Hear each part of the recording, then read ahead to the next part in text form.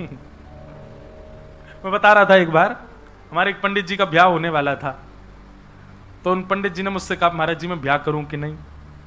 मैं कर ले भैया। नहीं नहीं, फिर भी एक मोहर लग जाए कि कर लो तो करूं। मैंने कहा तो एक काम कर, लाल जी के सामने पर्ची डाल दे। उसने 2 पर्ची डाली, करूं नहीं करूं। जैसी पर्ची डाली, अरे 3 पर्ची डाली, करूं नहीं करूं, और तीसरी पर्ची में लगा जैसी तेरी इच्छा। पर्ची डाली, मुझे पता था ठाकुर जी खेल खेलेंगे। जहां उनको पता चल जाए कि ये टेंशन में आ जाएगा, वहां तो ठाकुर जी और टेंशन देते हैं अदबद के। पर्ची डाली तो पर्ची आई मत करो। अब जैसी आई मत करो, मैंने कि भाई देख लाल जी मना कर रहे हैं, अब मत कर।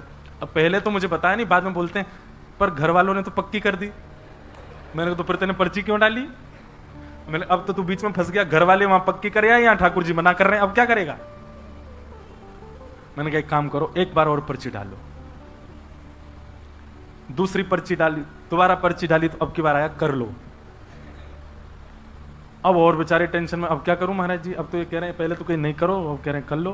मैंने कहा एक काम कर, तू तीसरी बार और डाल, अब की बार वोट पड़ जाएगा कि 2 पक्ष एक तरफ हो गए। तीसरी बार पर्ची डाली तो अब की बार आया जैसी तेरी इच्छा। ठाकुर जी ऐसा खेल खेलेते हैं। अब बेचारे वो पंडित जी, कभी उनकी पत्नी लड़ती है तो हम यही कहते ठाकुर जी ने तो मना किया था मत करे। मैंने जबरदस्ती की। तो अगर कभी आप इनसे पूछने बैठ जाओगे तो ये तो महाराज ऐसा खेल खेलेंगे आपके साथ। लेकिन एक बात याद रखना, ठाकुर जी खेलते जरूर हैं, आपको विचलित जरूर कर देंगे, आपको परेशान जरूर कर देंगे। वो खेलते हैं, जो प्रेम करता है वो परेशान करता है। वो प्रेम ही कैसा जहां परेशानी ना किया जा रहा हो। वाह, बाबा ने ताली बजाई पीछे से। वो प्रेम ही कैसा जहां परेशानी ना हो, जहां पर कोई आपको परेशान ना करे, कोई तंग ना करे। गोपियां कितना परेशान करती ठाकुर जी को, कितना तंग करती। ठाकुर जी भी हमको उतना ही परेशान तो करते हैं, खेलते तो हैं। तो भगवान बोले अर्जुन जो कहूंगा सो करेगा? बोले हाँ करूंगा करूंगा। अर्जुन पूरा तैयार हो गया, अब बाकी सबकी बात एक तरफ, इन्हीं की बात माननी है मुझे। भगवान बोले देख, सबसे पहली बात अर्जुन, अगर कोई व्यक्ति प्रतिज्ञा लेता है कि मैं ऐसा करूंगा और वो यदि वैसा नहीं करता है तो उसको 2000 वर्ष के लिए नरक जाना पड़ता है। तैने प्रतिज्ञा ली थी कि बालकों के हत्यारे को तू छोड़ेगा नहीं। अर्जुन ने तुरंत तलवार निकाली, बोले मैं बस यही चाह रहा था, हाँ बस एक बार आज्ञा कर दो मुझे। भगवान बोले सुन सुन सुन, पहली बात तो अपनी प्रतिज्ञा का पालन कर, और दूसरी बात, जिस मां ने अपने बच्चे गवाए जब तक वो ना कहे तब तक तू नहीं मार सकता उसको। तो मतलब द्रौपदी का कहना बहुत आवश्यक है, और द्रौपदी कर रही है मना, चल वापस रख ले म्यान में तलवार। अर्जुन ने फिर तलवार रख ली, बोले अभी नहीं मार सकते क्योंकि द्रौपदी की आज्ञा नहीं है। लेकिन भीम तेरे बड़े भैया हैं, उनकी बात का तो तुझे सम्मान करना चाहिए। और भीम कह रहे हैं कि तू छोड़ दे मैं मार दूं, इसका मतलब वो सीधा सीधा कहना चाह रहे हैं कि तू मार दे, उनकी बात तो तुझे माननी चाहिए। अर्जुन फिर तलवार निकालने लगा, अब तो मार ही देता हूं ठाकुर जी, एक तो प्रतिज्ञा भी है, बड़े भैया की भी आज्ञा होगी, दो पक्ष आ गए ना, एक अकेली द्रौपदी तो मना कर रही है बस। भगवान बोले युधिष्ठिर भीम से भी बड़े भैया हैं, उनकी बात तो तुझे माननी चाहिए, तलवार भीतर कर ले। अर्जुन बोला मुझे इन लोगों की बात मत बताओ, मेरी प्रतिज्ञा, आप अपना निर्णय बताओ। भगवान बोले मैं अपना बताऊं? बोले हाँ बताओ। तो ब्रह्म बंधु न हंतव्य आतताई बदारहण मय्यै वो भय्य माम नातम परिपायानुशासन। अर्जुन, ब्राह्मण कैसा भी क्यों ना हो, कैसा भी क्यों ना हो ब्राह्मण, उसको मारना नहीं चाहिए। अर्जुन बोला आपने निर्णय दे दिया भगवान, ये ब्राह्मण है, इसको नहीं मारूंगा मैं। लेकिन अर्जुन, बालकों का हत्यारा कोई भी क्यों ना हो, उसको छोड़ना नहीं चाहिए। अर्जुन बोले मुझे चक्कर आ रहे हैं और मैं आधा पागल था पहले, आज पूरा पागल हो जाऊंगा मैं, ये कैसा निर्णय दे रहे हो नाथ आप। ठाकुर जी मुस्कुराए। महाराज इतने परेशान हो जाते हैं ठाकुर जी से निर्णय लेने वाले, पर ठाकुर जी के हर उपहास में भी, हर खेल में ही उत्तर छुपा है। भगवान उठ गए, बोले ऐसे उठ के मत जाओ, बता के तो जाओ। बोले मैंने बता दिया, अब इसके आगे कुछ नहीं बोलूंगा मैं। ब्राह्मण कैसा भी क्यों ना हो उसको मारना नहीं चाहिए, बालकों का हत्यारा कोई भी क्यों ना हो उसको छोड़ना नहीं चाहिए। ये ब्राह्मण भी है और बालकों का हत्यारा भी है। अब बता क्या करेगा। अर्जुन चिंता में पड़ गया। इतनी चिंता तो उसको महाभारत युद्ध में नहीं हुई। अर्जुन चिंतन करो मैंने क्या कहा। एक बात याद रखना, मैं कहता जरूर हूं कि कृष्ण भक्त बड़े परेशान से रहते हैं, ठाकुर जी खेलते बहुत हैं, लेकिन कृष्ण भक्त एक चीज को प्रारंभ कर दे, क्या? चिंतन करे। ठाकुर जी की जो बातें हैं, ठाकुर जी का जो स्वभाव है, ठाकुर जी की जो चर्चाएं हैं, उनको बार बार चिंतित कर, उन पर चिंतन करे, उत्तर उसको मिलेगा। भाई ठाकुर जी ऐसे मॉनिटर हैं कि वो सीधी आज्ञा नहीं करेंगे, वो पहेली दे देंगे आपको, सुलझाओ। यदि तुम योग्य होगे तो सुलझ करके निकल जाओगे, और यदि तुम अयोग्य होगे तो अपने बनाए जाल में फंस जाओगे। ठाकुर जी का स्वभाव ऐसा है। अर्जुन अब सोच क्या करना चाहिए। अर्जुन बार बार सोच रहा, ब्राह्मण है इसको मारना नहीं है, बालकों का हत्यारा इसको छोड़ना नहीं है, मतलब इसको मारना भी नहीं है, इसको छोड़ना भी नहीं है, इसको मारना भी है और इसको छोड़ना भी है, क्या करूं? तब अर्जुन के दिमाग में आया, ओहो, माने ठाकुर जी मुझसे कहना चाहते हैं कि इसको मृत्यु दंड से भी बड़ा दंड दो, जिसमें ये जीवित भी रहे, पर जितने दिन जीवित रहे उतने दिन मृत्यु के समान रहे। और ऐसा दंड तो केवल एक है, भरी सभा, भरे समाज और भरे विश्व के सामने अपमान। व्यक्ति संसार में जीता कब है? जब किसी से प्रेम की आशा उसको दिखती है। जब दिखेगा कि कोई प्रेम ही नहीं करता तो व्यक्ति जीवित कैसे रहेगा? जब कोई बहुत बड़ा अपराधी और बहुत गंदे अपराध में जब पकड़ा जाता है ना, तो वो पुलिस वालों से कहता है मुझे मार दो, इससे अच्छा तो मैं मर जाऊं, मुझे जीवित मत रखो। और कहीं न्यायालय में ये घोषणा कर दी जाए 20 वर्ष की इसको जेल, 20 वर्ष बाद इसको फांसी होगी, वो कहता 20 वर्ष मुझे क्यों आप तड़पा रहे हो? वो तड़प है उसके लिए जीवन वरदान नहीं है, उसके लिए जीवन शाप होता है।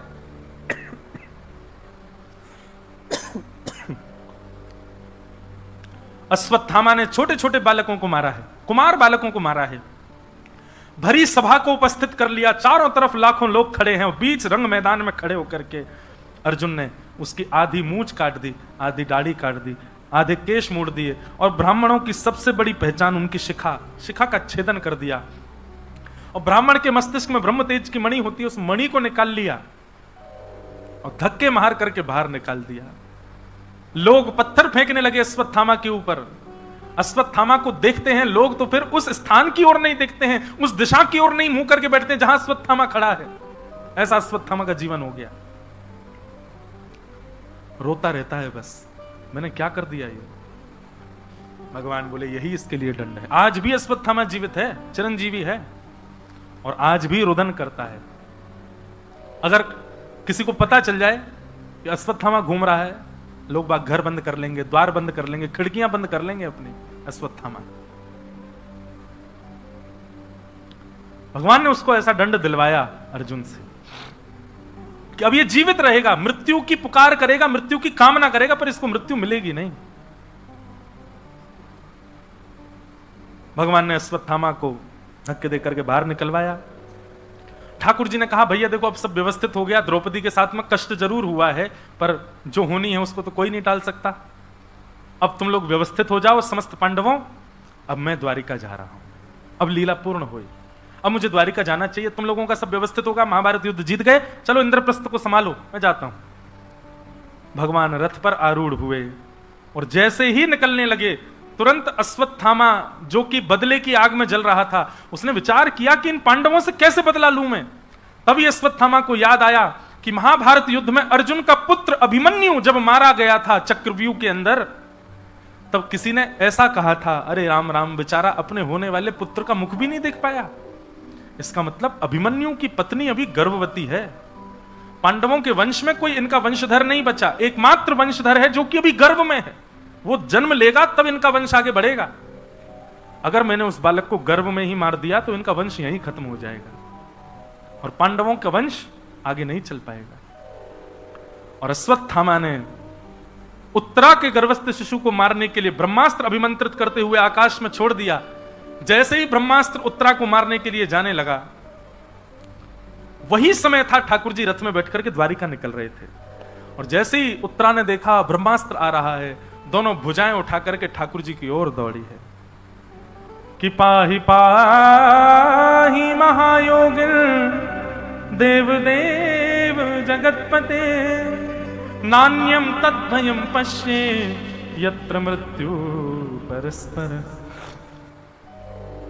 त्राहि माम, हे द्वारिकाधीश, हे योगेश्वर कृष्ण, हे जगन्नाथ। यहां पर जगन्नाथ शब्द कहा है, जगन्नाथ स्पष्ट नहीं है, पर नाथ को ही नाथ का ही पर्यायवाची होता है पति। पति को ही नाथ कहते हैं। अगर आप जगन्नाथ को जगतपति कहो तो कोई गलत नहीं है उसमें। श्रीनाथ को यदि श्रीपति कहो तो कोई बुराई थोड़ी है उसमें। द्वारिकानाथ को द्वारिकापति कहो, बद्रीनाथ को बद्रीपति कहो, उसमें कोई गलत नहीं। नाथ माने पति, नाथ माने रक्षक। यहां पर उत्तरा कहती है, पाहि पाहि महायोगिन देव देव जगतपते, हे जगतपते, हे जगन्नाथ, मेरी रक्षा करो। नान्यम तद्भयम पश्ये यत्र मृत्यु परस्पर। ठाकुर जी की ओर भुजा उठा करके दौड़ी उत्तरा। भगवान ने उत्तरा की ओर देखा और उत्तरा ने बड़ी चतुराई से ठाकुर जी से क्या कहा, मैं भले ही मर जाऊं, मेरे बालक को बचा लीजिए, मेरे गर्भ के बालक को बचा लीजिए नाथ।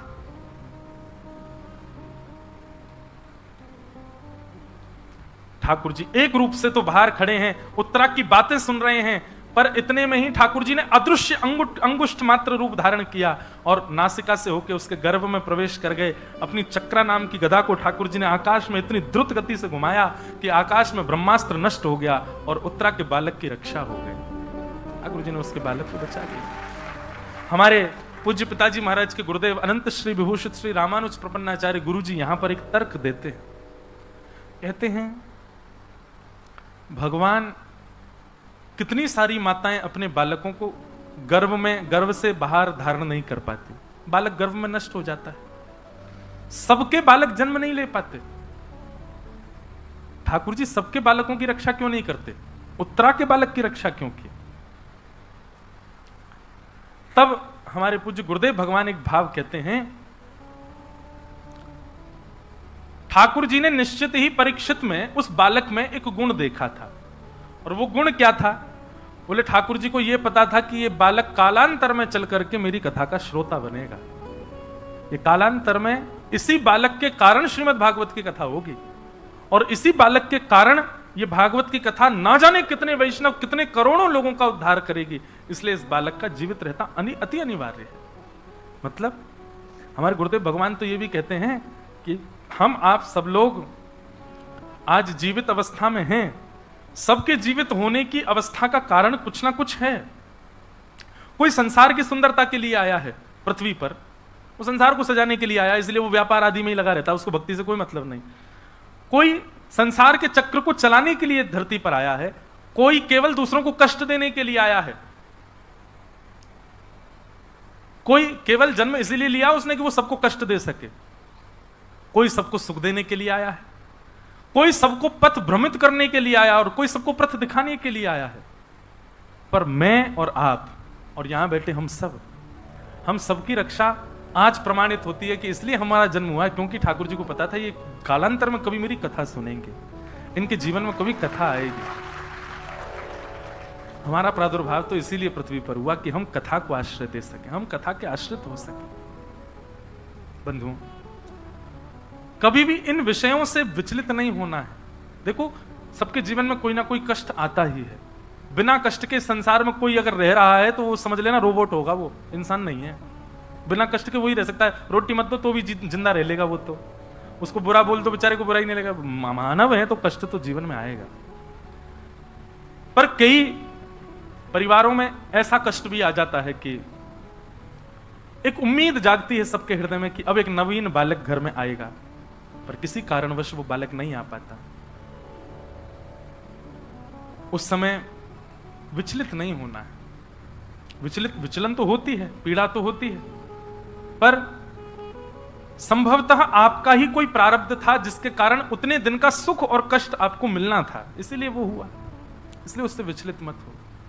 और बल्कि ऐसा भाव भी रख सकते हैं कि शायद वो बालक अभी अपने किसी अधूरे कार्य को पूर्ण करने के लिए वापस गया है, पुनः आएगा। ठाकुर जी से प्रार्थना करो। मुझे कष्ट तब होता है जब कोई व्यक्ति इन बातों पर ठाकुर जी को कोस देता है कि ऐसा क्यों करते हैं ठाकुर जी। नहीं, भगवान का स्वभाव नहीं। ऐसे ऐसे जीवन होते हैं बंधुओं, आप कभी झांक करके देखिए संसार में, आपको लगेगा कि भगवान इतना बुरा कैसे कर सकते हैं। पर बात यह नहीं है कि इतना बुरा भगवान ने किया, बात यह है कि कथाओं के माध्यम से आपको समझाया जा रहा था ये मत करो, ये गलत है। और उस व्यक्ति को भी उसके पूर्व जन्म में समझाया गया होगा कि ऐसा मत करो, नहीं तो भोगना पड़ेगा, इस जन्म में नहीं तो अगले जन्म में। और जब अगले जन्म में वो व्यक्ति भोगता है, सब लोग भगवान को कोसते हैं कि नाथ आप ऐसा, भगवान उस समय कहते हैं अरे पगले इसका पूर्व जन्म उठा के देख इसने क्या किया। एक बार एक सर्प पड़ा था बीच से कटा हुआ और बहुत सारे कीड़े उसको खा रहे थे, लेकिन सर्प मरा नहीं था। वहीं से श्रीमद वल्लभाचार्य जी महाराज जा रहे थे। वल्लभाचार्य जी महाराज ने जैसे देखा सर्प बेचारा कटा हुआ पड़ा है, इसको कितने सारे कीड़े खा रहे हैं, वल्लभाचार्य जी महाराज ने हाथ में जल लिया और सर्प को अपने भजन के बल से उसकी पीड़ा का निवारण करने वाले थे। तभी भगवान प्रकट हो गए और प्रकट होकर के बोले, हे महाप्रभु जी क्या कर रहे हैं आप? बोले मुझे इसका कष्ट नहीं देखा जा रहा, मैं इसका कष्ट दूर कर रहा हूं। ठाकुर जी बोले नहीं, आपको अभी कष्ट दिख रहा है, लेकिन इसके पूर्व रिवर्स में जाके देखो। बोले क्या है रिवर्स में? तो भगवान कहते हैं ये पूर्व जन्म में गुरु जी थे, ये जो है सर्प, और ये जितने चेंटी इनको खा रही है कीड़ा, ये सब इनके चेला थे। बोले तो इन्होंने क्या किया? बोले इन्होंने केवल और केवल मठ मंदिर बनाने के लिए और केवल खूब सारी दक्षिणा ऐंठने के लिए ही शिष्य बनाए थे, इनका कल्याण करने के लिए इनको शिष्य नहीं बनाया। और उसकी गति ये हुई कि मृत्यु के बाद वो सारे शिष्य भी इनके नरक में गए और ये गुरु जी भी नरक में गए। महाशिष्यों ने जाकर के जब देखा हम नरक में, हमने तो गुरु जी से दीक्षा ली थी, फिर नरक कैसे आ गए? बोले गुरु जी की भावना अच्छी नहीं थी। बाद में अपने कर्मों की गति के कारण वही गुरु जी ये सर्प बन के आए हैं और इनके समस्त शिष्य इनसे बदला लेने के लिए ये कीड़े मकोड़े बन के आए हैं। और आज ये सब अपने पूर्व जन्म का बदला ले रहे हैं इनसे, उनको नोच नोच के खा रहे हैं। बोले तुम्हारी वजह से अधोगति हुई हमारी। तो आप किसी पर दया करो ये अच्छा है, परंतु आप उसके लिए ठाकुर जी को नहीं कोस सकते। आपने ऐसा क्यों किया, इसके साथ ऐसा क्यों किया? क्योंकि आप रिवर्स में जाके नहीं देख सकते, ठाकुर जी को सब पता है। भीष्म पितामह कहते हैं मुझसे ज्यादा पापी तो ये कौरव हैं, इनको आपने एक एक बाण में मरवा दिया और मेरे शरीर में एक सैकड़ों बाण, क्या इतना बड़ा पापी हूं ठाकुर जी में? और रही बात आपके कर्मों की गति, मुझे आज समझ में आ गई। ठीक है, मुझे 100 जन्मों की याद है, मैंने कोई पाप नहीं किया, 100 जन्मों तक मैंने कोई पाप नहीं किया, फिर इतना कष्ट आपने मुझे कैसे दे दिया? भगवान मुस्कुरा करके बोले भीष्म पितामह तुम्हें 100 जन्मों की याद है? बोले हाँ। 101वां जन्म याद नहीं है तुमको? भीष्म पितामह बोले मतलब? बोले तुम्हें क्या लगता है 100 ही जन्म हुए तुम्हारे अभी तक? भगवान ने 101वें जन्म का दृश्य दिखाया भीष्म पितामह को। वहां एक वो राजकुमार थे, उनको शौक था, वो वन में जाते कीड़ों को पकड़ करके उनमें सुई चुभोते थे, और जब वो कीड़ा अपने हाथ पांव चलाता तड़पता था तब ताली बजा के हंसते थे, आहा मजा आ गया, आनंद आ गया। भीष्म पितामह देख करके हाथ जो बोले भगवान आपको केवल आप ही जानते हो और कोई नहीं जानता, आप कब कहां किस कर्म के कौन से भोग को कब भुगवा दो कोई पता नहीं, इससे बचने का कोई उपाय है? भगवान बोलते हैं एक उपाय है। बोले क्या? नाम जप। जितना जप करोगे उतने जल्दी जल्दी आपके प्रारब्ध जो हैं वो खत्म नहीं होते, कम हो जाते। मतलब कहीं ऊपर से पहाड़ गिरने वाला था पर आपने नाम जप इतना किया वो कंकड़ बन के गिर गया नीचे। गिरेगा तो सही, वो गिरेगा नहीं ऐसा नहीं होगा, गिरेगा। नाम जप, भक्ति, साधना, प्रेम लक्षणा भक्ति, उनमें यह सामर्थ्य है कि आपके पूर्व जन्मों की कर्मों की गति से आप बच सकते हो। नहीं तो सूरदास जी कहते हैं, सूरदास जी का जाने कबीरदास जी का है, कर्म गति तारे नाही टरे, कर्म गति तारे नाही टरे, कर्म गति तारे नाही टरे। गाओ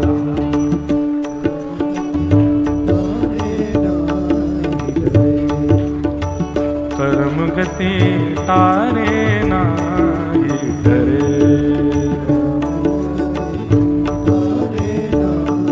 आप सबके स्वर सुनाई नहीं दे रहे हमको, आपसे गाओ सब लोग। कर्म गति तारे नाही टरे, कर्म गति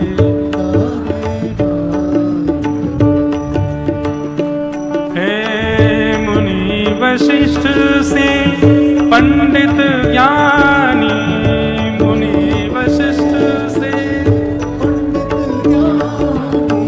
सिद्धि के लगन धरी,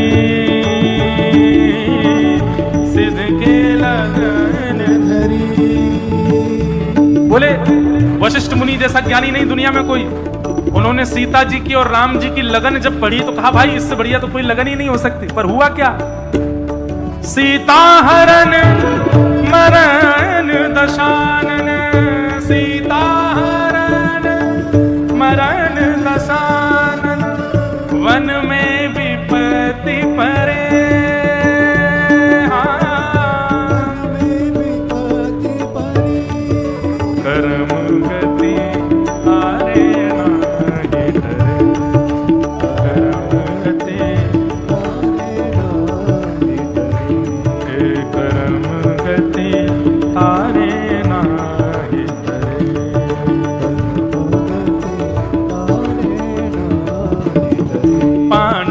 जिनके आप सारथी, पांडव जिनके आप सारथी, दिन पर विपत्ति परे, दिन पर विपत्ति परे। भाई एक बात बताओ, जिनके सारथी स्वयं श्री जगन्नाथ जी बन गए हैं उनको युद्ध भी क्यों करना चाहिए? अर्जुन को तो सीधे पैर पकड़ के भगवान से कहना चाहिए, भगवान एक काम कर दो, आप भगवान हो ना, ऐसे नजर घुमाओ सबको मार दो। मारा ठाकुर जी ने? नहीं। अर्जुन तेरा प्रारब्ध है, इसको मैं नष्ट नहीं करूंगा, युद्ध कर, लड़ यहां पर। दिन पर विपत्ति परे,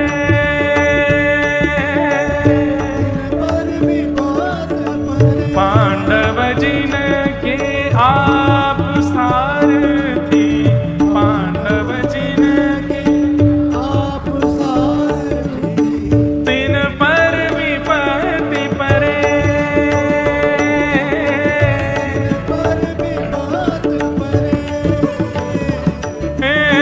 कहत कबीर सुनो भाई साधो,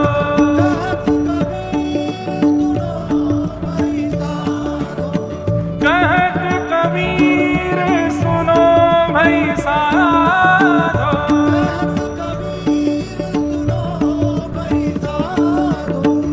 होनी हो के रहे, होनी हो के रहे, कर्म गति तारे नाये करे, कर्म गति तारे नाये करे, कर्म गति तारे नाये करे, कर्म गति तारे नाये। केवल एक में सामर्थ्य है कर्म की गति को टारने की, और वो है केवल और केवल नाम जप, हरिस्मरण, हरिस्मृति सर्व विपद विमोक्षणम। और उससे भी पूर्ण मुक्त नहीं हो पाओगे। पूर्ण मुक्त तो तभी हो पाओगे जब ठाकुर जी बहुत ही रीझ जाएं, नहीं तो बस इतना हो पाएगा कि पत्थर कंकड़ में परिवर्तित हो जाएगा, विशाल बाण एक कांटे में परिवर्तित हो जाएगा, सारी हड्डी टूटने की जगह एक आध टूट जाएगी। इससे ज्यादा आप नहीं बच पाओगे, और यह भी तब जब संत अनुग्रह कर दे, नाम जब आप पर कृपा कर दे, तभी हो सकता है। तो भगवान ने उत्तरा के बालक की रक्षा की, और वही बालक कालांतर में जन्म लिए, और वही कौन बने? परीक्षित। अच्छा, अब यहां पर एक लीला हुई। जैसे ही भगवान ने उत्तरा के बालक की रक्षा की तो ब्रह्मास्त्र नष्ट हो गया आकाश में। तो सब लोग ठाकुर जी की जय जयकार कर रहे हैं, द्वारिकाधीश की जय, हमारे कृष्ण कन्हैया लाल की जय, बोले नंद के लाला की जय। भगवान बोले अरे अरे अरे क्या कर रहे हो आप लोग? बोले आपकी जय जयकार कर रहे हैं, आपने बालक की रक्षा की, उत्तरा की रक्षा की। भगवान बोले मैं हिला अपने स्थान से? मैं तो जहां खड़ा था वहीं खड़ा हूं, मैंने तो कुछ किया ही नहीं, और ये ब्रह्मास्त्र आकाश में नष्ट हो गया। इसका मतलब क्या है? भाई जरूरी नहीं है सब जगह मैं ही रक्षा करता हूं। कई बार व्यक्ति का भजन, व्यक्ति का नैष्ठिक व्रत, व्यक्ति की तपस्या, व्यक्ति के द्वारा किए गए जप अनुष्ठान उसकी रक्षा करते हैं। इसमें मेरा बल नहीं है। ताली बजानी है, जय जयकार करनी है तो उत्तरा की करो, क्योंकि उत्तरा के भजन बल ने उसकी रक्षा की। ये भगवान का स्वभाव है। कैसा स्वभाव है? अमानिना, स्वयं करके भी दूसरों को श्रेय प्रदान कर देते हैं। किया ठाकुर जी नहीं है, बचाया ठाकुर जी नहीं है, पर हीरो किसको बना रहे हैं? बोले उत्तरा के भजन बल ने उसकी रक्षा की है। यही ठाकुर जी हमारे साथ करते हैं। हमारी जरा सी करनी से कुछ अच्छा हो जाए, अरे भैया तुम्हारी वजह से हो गया, हम बाहर से तो नहीं नहीं नहीं भगवान की कृपा, अंदर ही अंदर क्या सोच रहे हैं, पीछे वाला तो बोले ही नहीं रहा कि मैंने किया है, ये आगे आगे वाले ही बोल रहे हैं, पीछे वाले क्यों नहीं बोल रहे। बाहर से तो ऐसा देखा सब भगवान की कृपा। मान लो किसी नेता से आप कहो कि भाई हमारी रोड बनवा दो, और नेता रोड बनवा दे, एक दिन नेता आवे घूमने तो आप सब कहो देखो जगन्नाथ जी की कैसी कृपा, जगन्नाथ जी ने रोड बनवा दी हमारी। नेता दूसरे दिन ही उखड़वा देगा, मैंने बनवाई, जगन्नाथ जी को श्रेय दे रहे हो। भाई संसार बड़ा विचित्र है।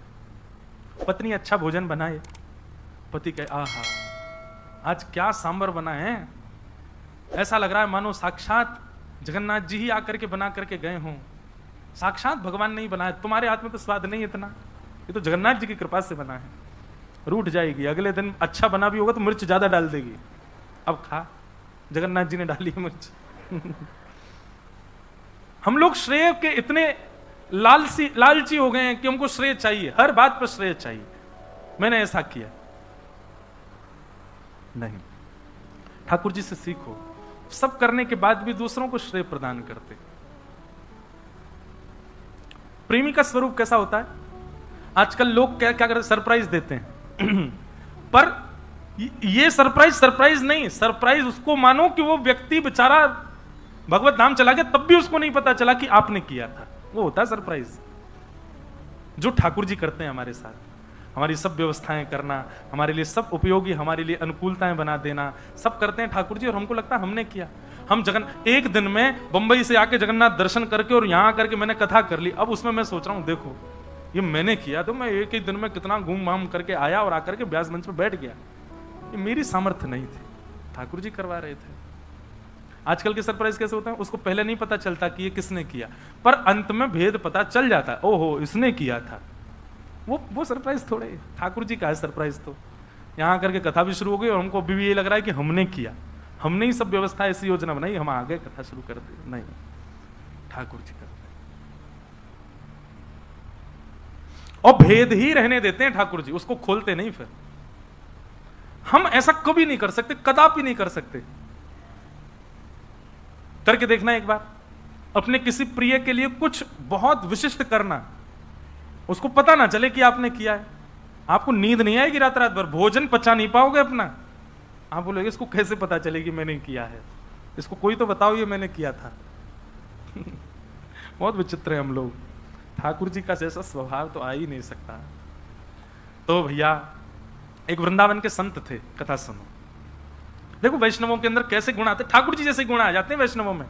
तो वृंदावन के एक संत थे, वो बहुत बहुत सेवा भाव उनका था, और महाराज उनकी ऐसी प्रशंसा हो गई, दसों दिशाओं में उनका यश जाने लगा।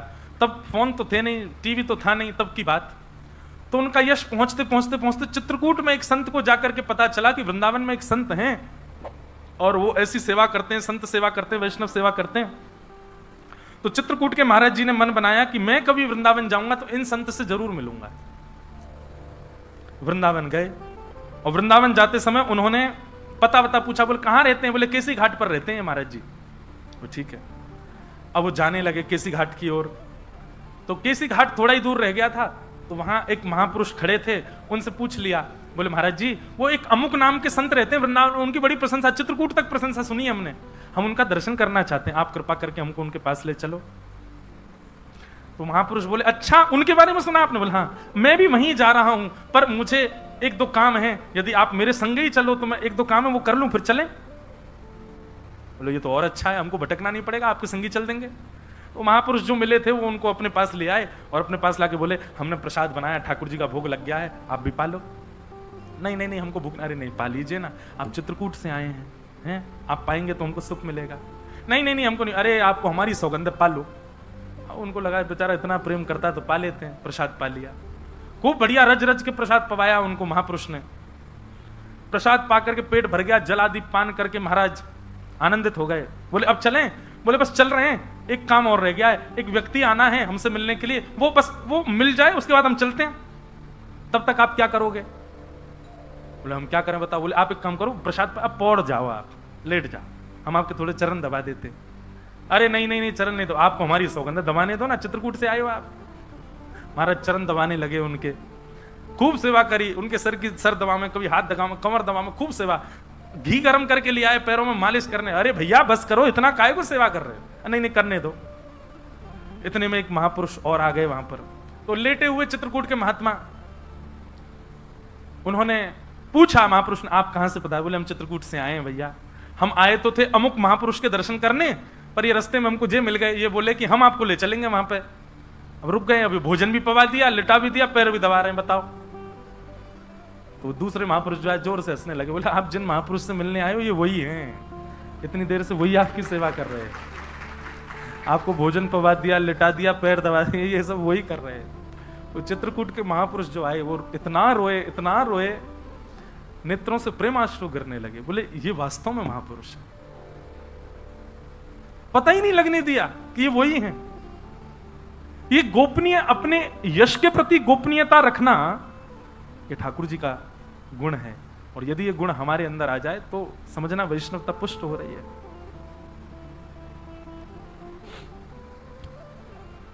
हमारा कैसा स्वभाव है? हम बैठे हो, हमसे कोई आगे, हम इंद्रेश जी से मिलने आए हैं, सामने बैठे, बेटा तुम्हारे आओ प्रणाम करो। हमारा स्वभाव ऐसा है। एक प्रसंग और आता है कि श्रीनाथ जी के अष्ट सखाओं में गोविंद दास हुए। उनका पहले नाम था गोविंद स्वामी, पर दीक्षा के बाद उन्होंने अपना नाम रख लिया गोविंद दास। उनके गांव के लोग मिलने के लिए आए।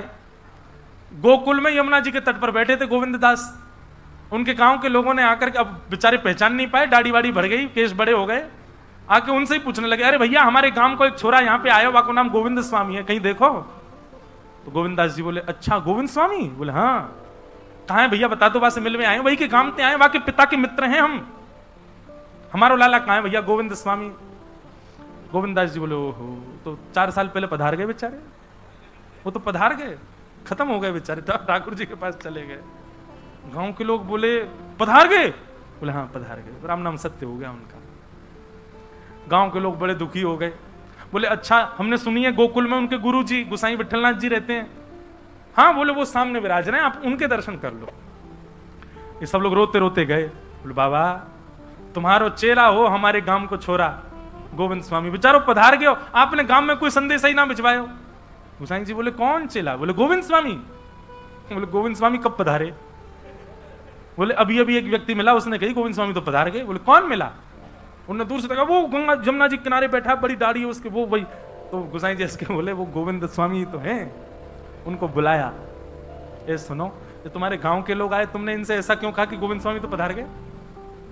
गोविंद दास जी बोले 4 साल पहले मैं गोविंद स्वामी था, पर जब आपने श्री कृष्ण के चरणों में अर्पित कर दिया, अब स्वामी नहीं, अब तो मैं दास हो गया, इसलिए मैंने इनको कहा स्वामी तो 4 साल पहले पधार गया, अब तो दास जीवित है।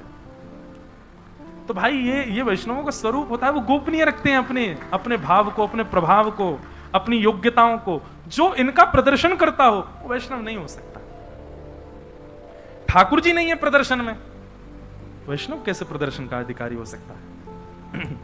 ऐसी भाव। तो ठाकुर जी का स्वभाव स्वयं करने के बाद में बल किसको दे दिया, योग्यता किसको दे दी? उत्तरा को। पर इस भेद को कुंती समझ गई, कुंती पहचान गई। कुंती ने भगवान का हाथ पकड़ा, बोले 2 मिनट एकांत में आओ मेरे पास। और कहा, बोले आप बड़े चतुर हो, हैं? मैं सब देखा कि आपने उत्तरा के गर्भ में जाके रक्षा की और सारा श्रेय उत्तरा को दे दिया। अरे काकी जी मैं कैसे कर सकूं? कुंती बुआ मैं तो तेरो लाला हूं ना, मैं कैसे कर सकूं? कुंती बुआ बोली कोई लाला वाला नहीं हूं, मैं सब जानती हूं, कौन हो आप? बोले कौन हो? कौन हूं मैं? तब कुंती कहती है, नमस्ये पुरुषम स्वाद्यम ईश्वरम प्रकृते परम अलक्ष्यम सर्वभूतानां अंतर्बहिर्वस्थितम।